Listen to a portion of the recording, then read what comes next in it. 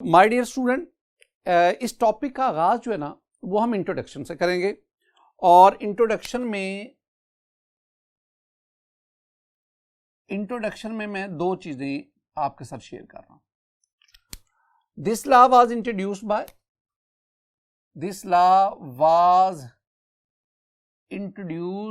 Bye दो scientist हैं, C.M. Gullberg and P. Veitch in 1864। ये हमारे पास ये स्टूडेंट एक दो दफा ना एग्जाम में बतौर MCQ पूछा जा चुका है, तो आपको दोनों साइंटिस्ट के नाम और 1864 में ये लॉ जो है इंट्रोड्यूस करवाया। इस लॉ की स्टेटमेंट की तरफ बढ़ते हैं। स्टेटमेंट में हम देखते हैं कि लॉ ऑफ मैथ सेक्शन हमें बताता क्या है। लॉ ऑफ मैथ सेक्शन में बताता है the rate at which a chemical reaction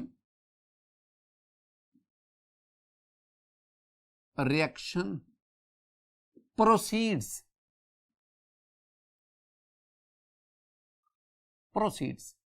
is directly proportional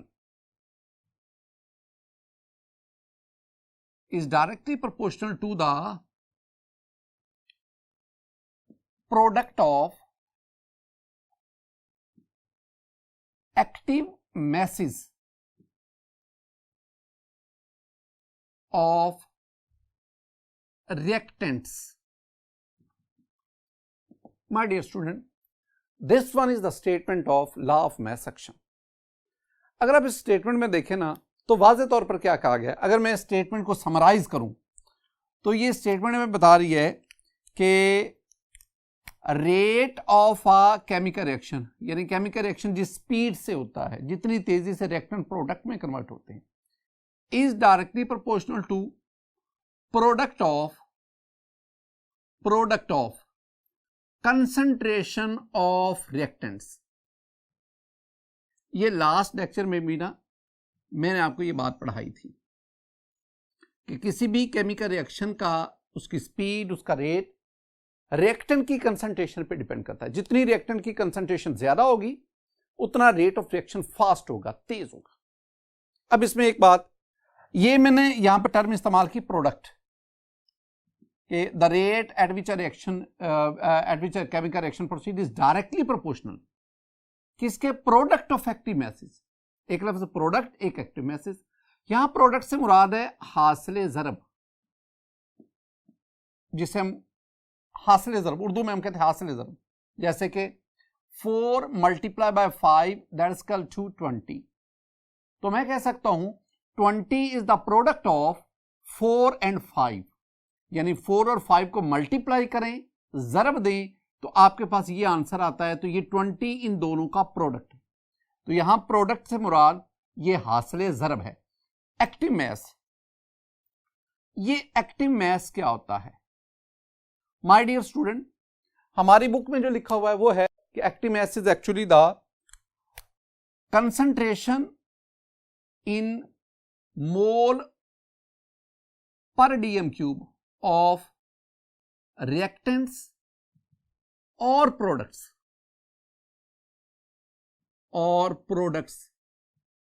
for dilute solution. तो हमारी बुक में डाइल्यूट सॉल्यूशन में रिएक्टेंट और प्रोडक्ट की कंसंट्रेशन मोल पर dm³। लेकिन मैं आपको इससे हट के कुछ बात बताना चाहता हूं। जो एक्टिव मैस होता है ना, ये एक्चुअली रिएक्टेंट का वो मैस होता है which actively participate in chemical reaction. Chemical reaction हुआ ना, सपोज आपने एक रिएक्टेंट लिया 10 मोल पर dm³। वो जो 10 मोल पर dm³ है ना, वो सारे का सारा रिएक्शन में इन्वॉल्व नहीं होता। उसका एक फ्रैक्शन ऐसा होता है जो केमिकल रिएक्शन में हिस्सा नहीं लेता। बाकी यानी सपोज आपने 10 मोल पर dm³ लिया, इसमें 9.98 मोल per dm³ amount, concentration of reactant वो रिएक्शन में इन्वॉल्व है, 0.02% कंसंट्रेशन वो रिएक्शन में इन्वॉल्व नहीं है, तो फिर एक्टिव मास क्या होगा? एक्टिव मास इज द 99.98 मोल पर डी। तो active mass, the mass of the reactant which actively participate in a chemical, which involve in the chemical reaction, that is called. तो जितना आप सॉल्यूशन डाइल्यूट करते जाएंगे उतनी उस रिएक्टेंट की ज्यादा से ज्यादा कंसंट्रेशन एक्टिव मास बनती जाए, और for very dilute solution the whole concentration of reactant is called the active mass. अब हम आगे बढ़ते हैं। मेरे पास एक हेडिंग है जिसका आज हम डिराइव करना चाहते हैं, that is the derivation of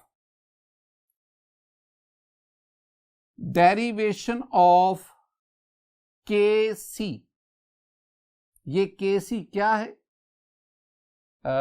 equilibrium constant. इसको हम इस चैप्टर में, सारा चैप्टर इस Kc के गिर्द ही घूमता है, इक्विलिब्रियम कांस्टेंट, इसको हम डिस्कस करें।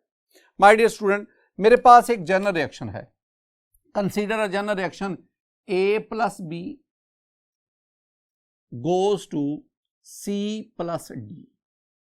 माय डियर स्टूडेंट, जब आप फॉरवर्ड रिएक्शन की बात करें तो A and B these are the reactants and C and D these are the products, और एक मैं टर्म इस्तेमाल कर रहा हूं KF, स्मॉल के है KF with the forward rate constant. Similarly जब ये रिवर्स की मैं बात करता हूं, in case of reverse reaction C and D these are the reactants while and A and B these are the products, और इसमें मैं एक टर्म ले रहा हूं दैट इज KR। तो KF forward rate constant, KR reverse rate constant. एक और चीज मैं आपके साथ शेयर करना चाहता हूं, वो है कंसंट्रेशन। माय डियर स्टूडेंट, मैं ना कंसंट्रेशन को स्क्वायर ब्रैकेट में लिखूंगा। अगर मैं A लिखता हूं, B लिखता हूं, ये सिंपली रिएक्टेंट और प्रोडक्ट को जाहिर करते हैं, लेकिन अगर मैं कंसंट्रेशन ऑफ A लिखता हूं, A उसके गिर्द स्क्वायर ब्रैकेट, B उसके गिर्द स्क्वायर ब्रैकेट, तो जब मैं A और B के गिर्द, C और D के गिर्द स्क्वायर ब्रैकेट्स लिखता हूं तो ये एक्चुअली उनकी कंसंट्रेशन को जाहिर करता है। एक और चीज, हम ना कंसंट्रेशन के वेरियस यूनिट्स इस्तेमाल करेंगे। उसमें हम मोल पर डीएम क्यूब लेंगे, उसमें हम मोल्स लेंगे, उसमें हम मोल फ्रैक्शन को लेंगे, उसमें हम एटमॉस्फेयर या टॉर गैसेस का partial pressure. We will use various units for concentration, लेकिन सबसे ज्यादा जो फ्रीक्वेंट यूनिट यूज होगा that will be the mole per dm cube. तो मैं कंसंट्रेशन का जो यूनिट यूज करूंगा वो मोल। ये बुनियादी चीजें आपके जहन में। तो कंसंट्रेशन स्क्वायर ब्रैकेट से हम इसे रिप्रेजेंट करते हैं, और इसका जो मोस्ट कॉमनली यूज यूनिट होगा वो मोल पर डीएम क्यूब होगा। अब आए, मैं ना पहले आपके साथ शेयर करूंगा फॉरवर्ड रिएक्शन, और फॉरवर्ड रिएक्शन पर मैं लॉ ऑफ मास एक्शन ये अप्लाई करूंगा, फिर मैं रिवर्स रिएक्शन की बात करूंगा, उस पर law of mass action apply करूंगा, और फिर मैं देखूंगा कि इक्विलिब्रियम स्टेट पर, केमिकल इक्विलिब्रियम पर, जब रेट ऑफ फॉरवर्ड और रेट ऑफ रिवर्स दोनों बराबर हो जाते हैं फिर हमारे पास क्या सिचुएशन आती है।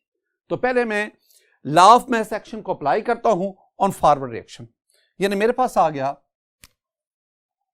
Forward reaction. My dear student, forward reaction के लिए मैं कहूंगा कि रेट ऑफ फॉरवर्ड रिएक्शन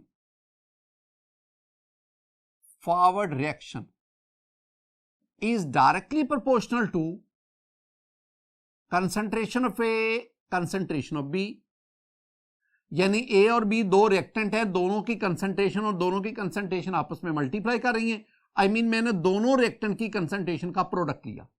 ये जो मैंने लिखा है, this one is very much according to law of mass action. My dear student, अब मैं रेट ऑफ फॉरवर्ड इसको RF से रिप्रेजेंट कर देता हूं, that is equal to proportionality, इसकी जगह पे मैं KF forward rate constant, concentration of A and concentration of B। मैंने कह दिया कि यहां पे KF is proportionality constant and KF is called forward rate constant. ये मेरे पास equation number 1। RF rate of forward reaction, KF forward rate constant, square bracket A square bracket B that is product of concentration of reactants. अब मैं बात करूंगा reverse reaction पे। Students, जब हम reverse reaction की बात करते हैं तो मेरे पास ये जो C और D है, अगर रिवर्स की बात करें, C और D these are the reactants and A and B these are the products in case of reverse reaction. अब रिवर्स रिएक्शन का जो रेट है, यानी rate of reverse reaction, that is directly proportional to the product of concentration of C and D।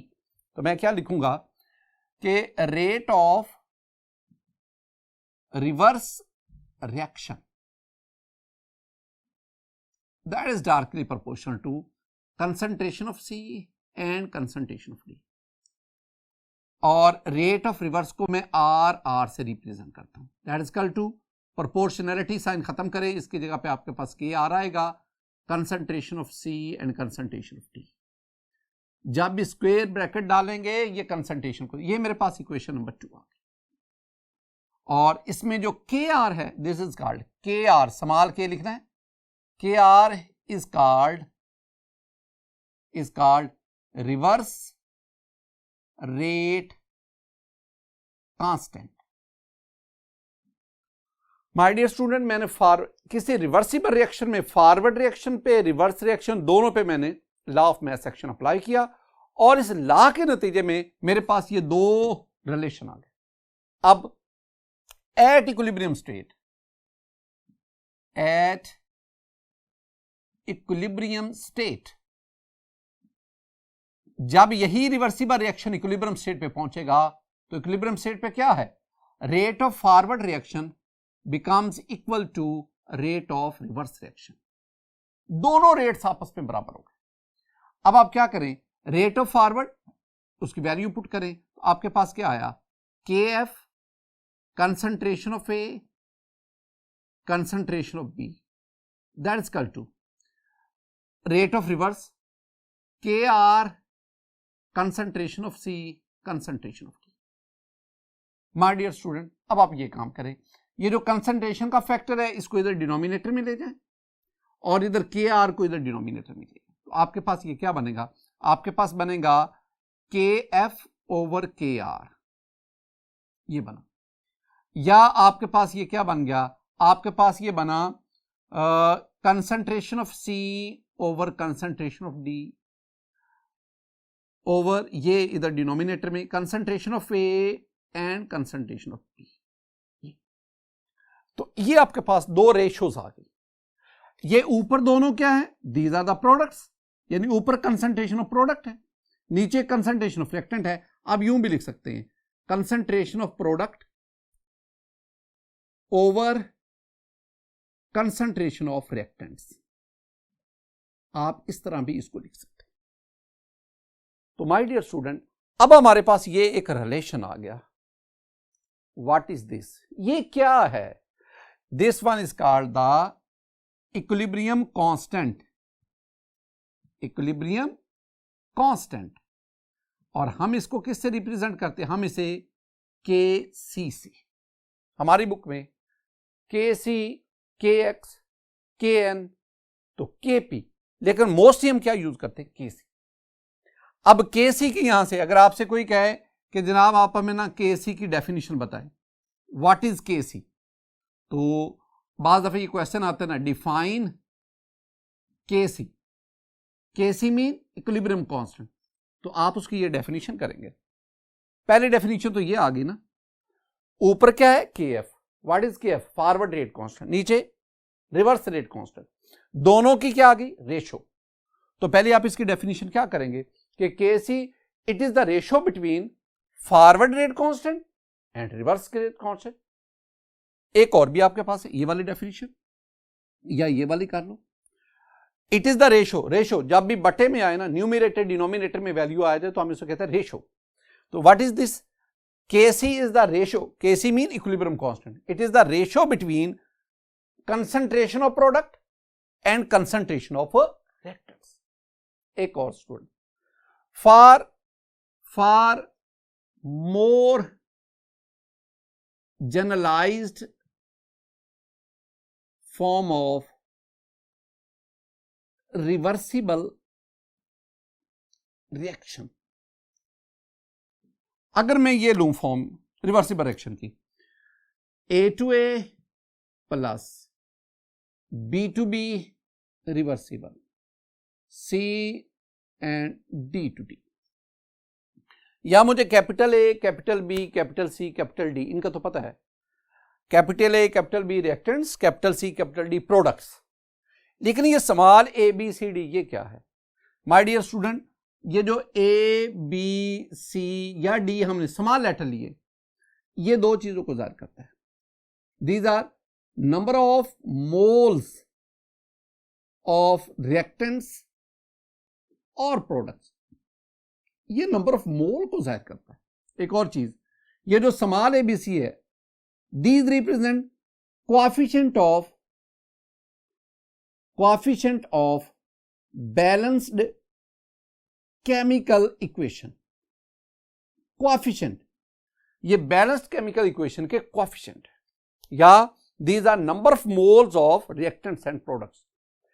अब अगर आप इसको केसी expression, this one is called the KC expression, अगर आप इस रिवर्सिबल रिएक्शन को केसी एक्सप्रेशन में लिखेंगे तो आपके पास आएगा KC that is equal to, बेटा जी प्रोडक्ट ऊपर, concentration of C, concentration of D, ये प्रोडक्ट ऊपर आ गए जैसे हमने ऊपर लिखा, लेकिन अब ये जो नंबर ऑफ मोल्स है ना, ये इनके ऊपर बतौर एक्सपोनेंट अपीयर होंगे, नंबर ऑफ मोल्स बतौर एक्सपोनेंट, पावर के तौर पर।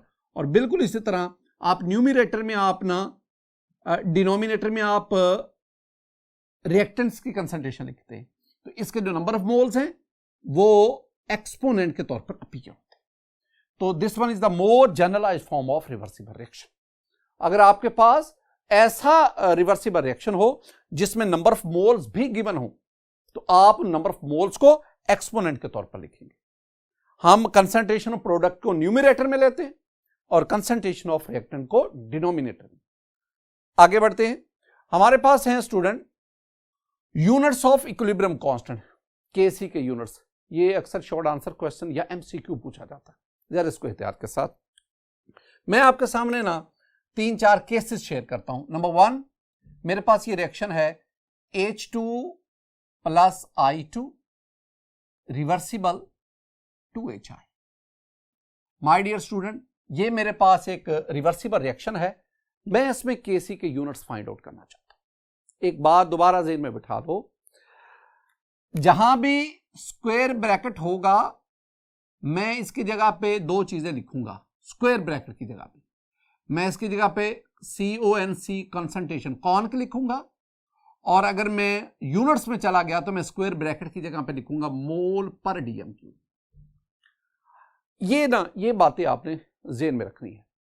अब मुझे कहा गया कि आप इस रिवर्सिबल रिएक्शन, इसकी केसी की वैल्यू लें, तो पहले तो मैं इसका केसी एक्सप्रेशन लिखूंगा, writing the KC expression of this reaction. और जब मैं केसी एक्सप्रेशन लिखूंगा तो मैंने आपसे कहा है कि प्रोडक्ट कंसंट्रेशन ऑफ प्रोडक्ट यहां पे HI है, तो concentration square bracket concentration of product, और ये जो नंबर ऑफ मोल्स हैं ये एक्सपोनेंट के तौर पर अपीयर होगा। Similarly concentration of reactant H2 and I2, दो रिएक्टेंट्स है, दोनों की कंसंट्रेशन वो नीचे और प्रोडक्ट उसकी कंसंट्रेशन ऊपर, और इसमें जो नंबर, इसमें 1 लिखा होता है, इधर भी 1 लिखा होता है, और वो 1 यहां ऊपर लिखते हैं, वो नजर आना चाहिए।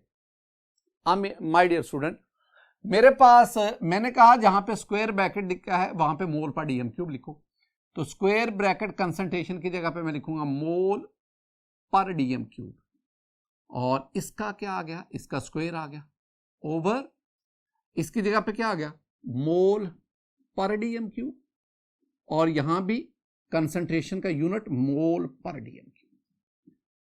My dear student, mole per dm cube, mole per dm cube, इसका ये मोल पर डीएम क्यूब का स्क्वायर, ऊपर भी स्क्वायर, तो ये आपस में क्या हो गया, कैंसिल। तो इसका मतलब है कि in this case KC has no units.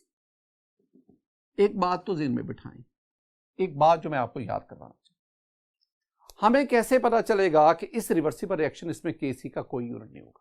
Very simple, याद ये रखना है कि for those reversible reaction in विच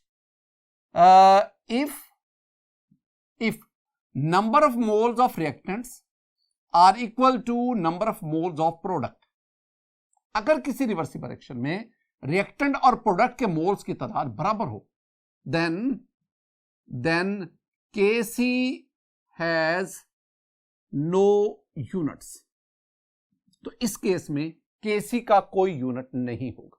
जैसे कि इधर देखें, ये रिएक्टेंट्स है 1 1 2, number of moles of reactant 2 moles, ये प्रोडक्ट है और ये जो 2 लिखा हुआ है this one is the number of moles of product. तो रिएक्टेंट के मोल्स 2, प्रोडक्ट के मोल्स 2, रिएक्टेंट और प्रोडक्ट के नंबर ऑफ मोल्स बराबर। तो ऐसा रिवर्सिबल रिएक्शन जिसमें रिएक्टेंट और प्रोडक्ट के नंबर ऑफ मोल्स बराबर होंगे उसमें केसी का कोई यूनिट नहीं होगा। बिल्कुल इसी तरह जैसे हम कहते हैं ना, हम कहते हैं जी कि 2HF reversible H2 plus F2। अगर आप इस रिएक्शन में देखेंगे तो number of moles of reactant 2 moles, number of moles of product 2 moles, ये देखें 1 मोल for H2 1 mole for F2, तो 1 + 1 2 मोल। तो रिएक्टेंट और प्रोडक्ट के मोल बराबर, तो ऐसा रिएक्शन जिसमें रिएक्टेंट और प्रोडक्ट के नंबर ऑफ मोल्स बराबर होंगे उसमें Kc का कोई यूनिट नहीं होगा। ये पहली बात। आगे बढ़ते हैं स्टूडेंट, मेरे पास ये आ गया नंबर 2 पे N2 + 3H2 रिवर्सिबल, ये मेरे पास आ गया 2NH3। मैं ना Kc यूनिट्स फाइंड आउट करना चाहता हूं, तो फर्स्ट ऑफ ऑल आप इसका Kc एक्सप्रेशन लिखें। जब मैं Kc एक्सप्रेशन लिखता हूं ना तो मेरे पास Kc स्टूडेंट, ये जो प्रोडक्ट है अमोनिया है, तो कंसंट्रेशन ऑफ प्रोडक्ट न्यूमरेटर में, नंबर ऑफ मोल्स बतौर एक्सपोनेंट आ गए, ओवर ये 2 रिएक्टेंट्स हैं नाइट्रोजन और हाइड्रोजन, तो कंसंट्रेशन ऑफ नाइट्रोजन, इसका नंबर ऑफ मोल 1 है तो 1 ऊपर आ गया, कंसंट्रेशन ऑफ हाइड्रोजन, इसके नंबर ऑफ मोल्स 3 हैं तो ये 3 आ गया। अगला काम अब क्या करना है, अब आपने ये करना है कि जहां पे कंसंट्रेशन का साइन है वहां पे या तो कॉन्क लिखो या उसका यूनिट लिखो। तो मैं वहां पे मोल पर DM³ लिख देता हूं और इसका क्या आ जाएगा square over concentration of nitrogen, तो यहां पे आप लिखोगे मोल पर DM³ और concentration of hydrogen mole per DM³, लेकिन इसके ऊपर क्या आएगा क्यूब। अब इसमें देख लो, आप जानते हैं कि अगर बेस सेम होगा तो एक्सपोनेंट ऐड अप हो जाएंगे, तो 3 + 1 4, और ये 4 जब ऊपर जाएगा, ये ऊपर वाला बेस बिल्कुल सेम है, तो 4 ऊपर जाके क्या हो जाएगा -4, तो इसका मतलब हुआ वो -4 2 -4, तो आंसर आपके पास क्या आएगा -2। तो आपके पास ये क्या आ गया मोल पर DM³, और अब आपके पास ये आ गया -2, तो इसका मतलब हुआ तो Kc क्या बना, Kc आपके पास बना मोल -2 और DM 3 2 6, तो DM +6। तो इस रिएक्शन के लिए आपके पास Kc के ये यूनिट्स हैं, इसको याद रखना स्टूडेंट। बाज दफा तो इस तरह यूनिट्स आपसे पूछ लेते हैं, बाज दफा वो CONC कौन की सूरत में भी आपसे MCQ पूछा जाता है। अगर वो कौन की सूरत में पूछा जाए तो डेफिनेटली ये सारे का सारा जो है ये बराबर है किसके, या ये बराबर किसके कौन, तो आप इसकी जगह पे क्या लिखोगे, आप लिखोगे कॉन्सेंट्रेशन -2, ये भी आप लिख सकते हैं। तो बाज दफा इस सेंस में क्वेश्चन पूछा जाता है MCQ, बाज दफा इस तरह भी आपसे यूनिट्स पूछे जा सकते हैं। नेक्स्ट एक और हमारे पास है नंबर 3 पे एक और example, PCl5 reversible PCl3 + Cl2। आपसे Kc यूनिट्स डिमांड किए गए, बिल्कुल इसी तरह पहले आप इसका Kc एक्सप्रेशन लिखें कंसंट्रेशन ऑफ PCl3 और साथ ही आपके पास आ गया concentration of chlorine over concentration of PCl5।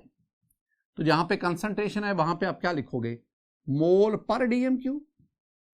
तो इसके आप मोल पर, और यहां पे क्लोरीन की कंसंट्रेशन, इसके लिए भी आप मोल per dm cube over concentration of PCl5 आप लिखेंगे मोल पर डीएम क्यूब।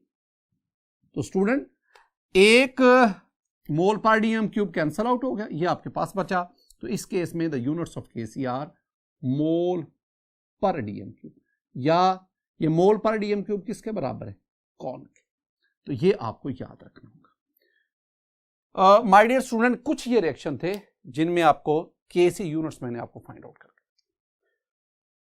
आज के इस लेक्चर में स्टूडेंट हमने लॉ ऑफ मास एक्शन को पढ़ा और साथ ही साथ हमने एक इंपॉर्टेंट टर्म जो इस चैप्टर में हमने, जिसकी बेस पे ये चैप्टर सारा जो है वो आप पढ़ेंगे, वो है इक्विलिब्रियम कांस्टेंट केसी। और आज के इस लेक्चर के एंड पे हमने 3 डिफरेंट रिएक्शंस लेकर, रिवर्सिबल रिएक्शंस लेकर, हमने उसमें केसी के यूनिट्स जो हैं वो फाइंड आउट किए। मेरी दुआ है कि अल्लाह ताला आप पर अपना फजल फरमाए, अल्लाह ताला आप पर अपना करम फरमाए। अस्सलामु अलैकुम व रहमतुल्लाह।